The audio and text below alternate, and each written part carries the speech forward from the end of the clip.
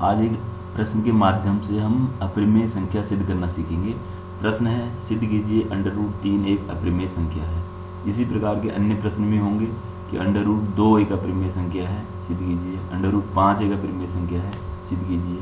तो इस प्रश्न को हल करने से पहले कुछ बेसिक चीज़ें हम समझ लेते हैं। जैसे एक संख्या है, माना 15 का वर्ग, ये बराबर होता है 225। तो देखें 225 में भाग जा रहा है 3 से, 225 3 से विभाजित है।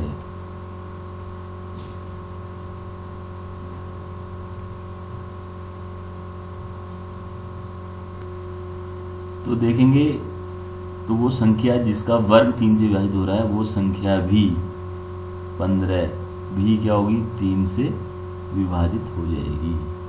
इसी प्रकार और कोई भी संख्या लें, जैसे मैंने लिए 25 का वर्ग है, ये माना 5 से विभाजित हो रहा है, 625 जो है वो 5 से विभाजित हो रहा है। तो 25 भी 5 से विभाजित हो जाएगा। तो इस प्रकार से मैं इसको सामान्यीकरण कर देता हूं कि अगर कोई संख्या है p की घात 2, अगर वो 3 से विभाजित हो रही है तो p भी क्या होगी, 3 से विभाजित हो जाएगी। तो इस चीज का हमको याद रखना है, इसको इसे भी प्रयोग किया जाएगा। देखिए अब आगे। तो हमने मान लिया, माना, हल कर रहा हूं मैं, माना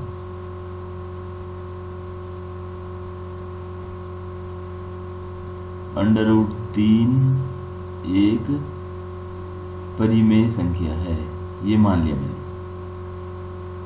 परिमेय संख्या है।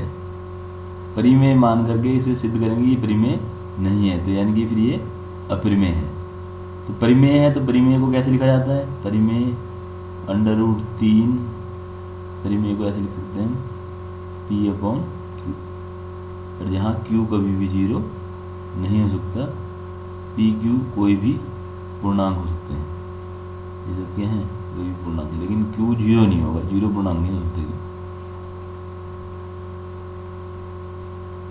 चीज ध्यान देने वाली है कि p और q में कोई भी उभयनिष्ठ यानी सर्वनिष्ठ गुणनखंड नहीं है, इनमें कोई भी कॉमन फैक्टर नहीं है। तो कॉमन फैक्टर क्या है, जरा समझे जरा।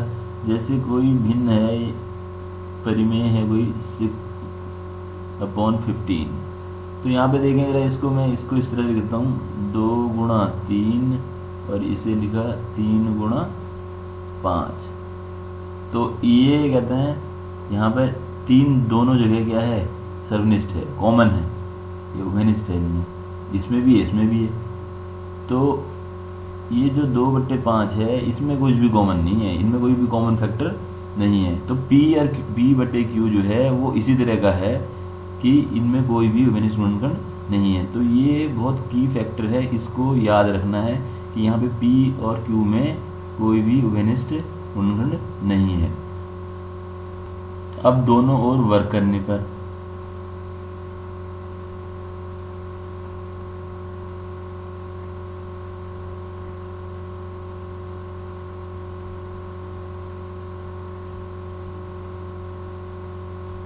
तो दोनों पक्षों में मैंने वर्क कर दिया, तो यहाँ पे √3 का वर्ग हो गया और यहाँ पे p/q का वर्ग हो गया। तो ये √3 का वर्ग जो होगा वो 3 हो जाएगा, और ये हो गया p की घात 2 बटे q की घात 2। या इसको मैं इस तरह से भी लिख सकता हूँ, 3q की घात 2 बराबर p की घात 2। फिर इस 3 को मैं ऐसे ले आता हूँ, q की घात 2 बराबर p की घात 2/3। यानी कि देखें हम यहाँ पे 3 से p की घात 2 में भाग जा रहा है, यानी कि जो 3 जो है ये इसका एक गुणनखंड है। यहाँ पे समझने वाली बात है, क्यों जा रहा है भाग, देखो पूरा पूरा जा रहा है भाग, क्योंकि यहाँ पे एक पूर्ण संख्या आ रही है ये, तो यानी इसमें 3 से इसमें पूरा पूरा भाग जा रहा है। तो यहाँ पे लिख सकता हूँ मैं p की घात 2 जो है वो 3 से विभाजित है, विभाजित है। ये ठीक वही है जो पहले समझाया गया है। तो अब क्या है, p भी 3 से, अतः p भी जो है वो p भी 3 से विभाजित होगा। तो p 3 से विभाजित होगा, इसका मतलब क्या है, अगर 6 जैसे 3 से विभाजित हो सकता है, 9 3 से विभाजित हो सकता है, तो इसका मतलब क्या है, ये 9 जो है इसका क्या है, अपवर्त्य है, या 3 जो है 9 का क्या है, गुणनखंड है। तो मैं 9 को कैसे लिख सकता हूँ, 3 गुणा समथिंग, या 6 को लिख सकता हूँ 3 गुणा समथिंग, या 15 है इसका अपवर्त्य है तो ये 3 गुणा समथिंग। तो ऐसी p जो है वो इसका अपवर्त्य है तो 3 का, तो इसलिए 3 गुणा समथिंग। तो समथिंग को मैं r ले लेता हूँ, तो इसलिए p को लिख सकता हूँ मैं 3 गुणा r, क्योंकि p जो है वो 3 का अपवर्त्य है। तो यहाँ पे लिख सकते हैं p 3 का अपवर्त्य है।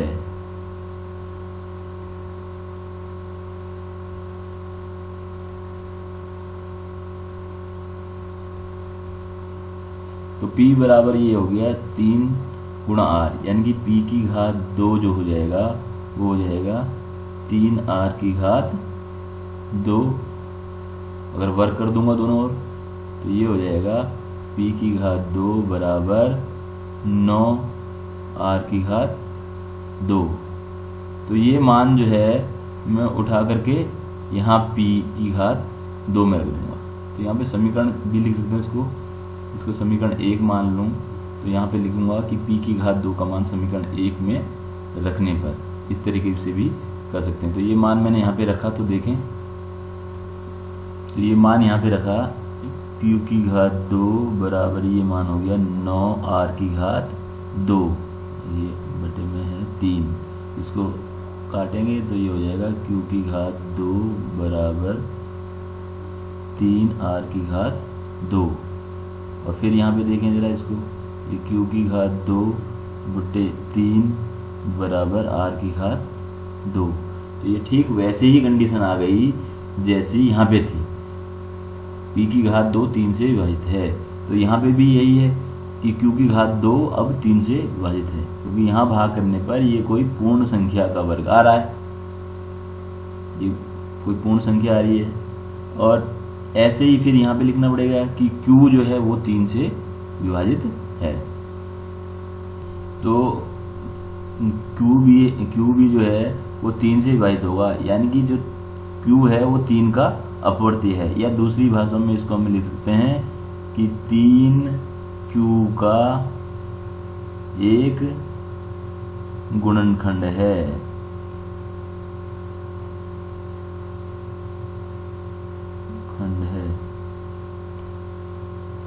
यानी कि 3 से q में भाग जा सकता है।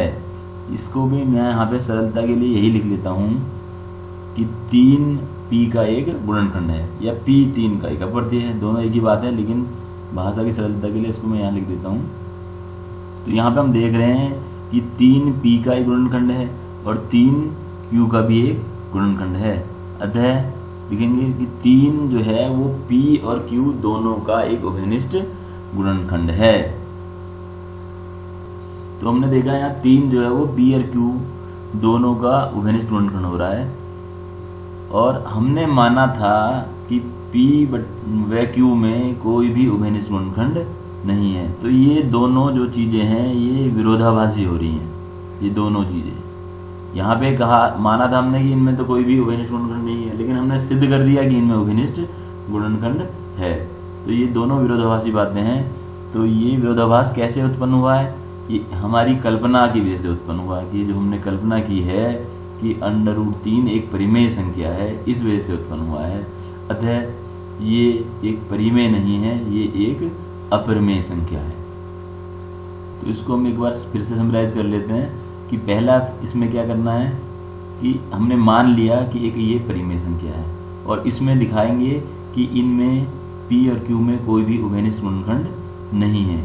फिर हमें ये सिद्ध करना है कि इन दोनों में उभयनिष्ठ गुणनखंड है, ये सिद्ध करना है। तो फिर ये दोनों कंट्राडिक्टरी हो गए, विरोधाभासी हो गए। यहाँ पे हमने माना था उभयनिष्ठ नहीं है, यहाँ पे हमने सिद्ध कर दिया उभयनिष्ठ है। तो ये दोनों विरोधाभासी बातें हो गई। तो यह एक विरोधाभास है।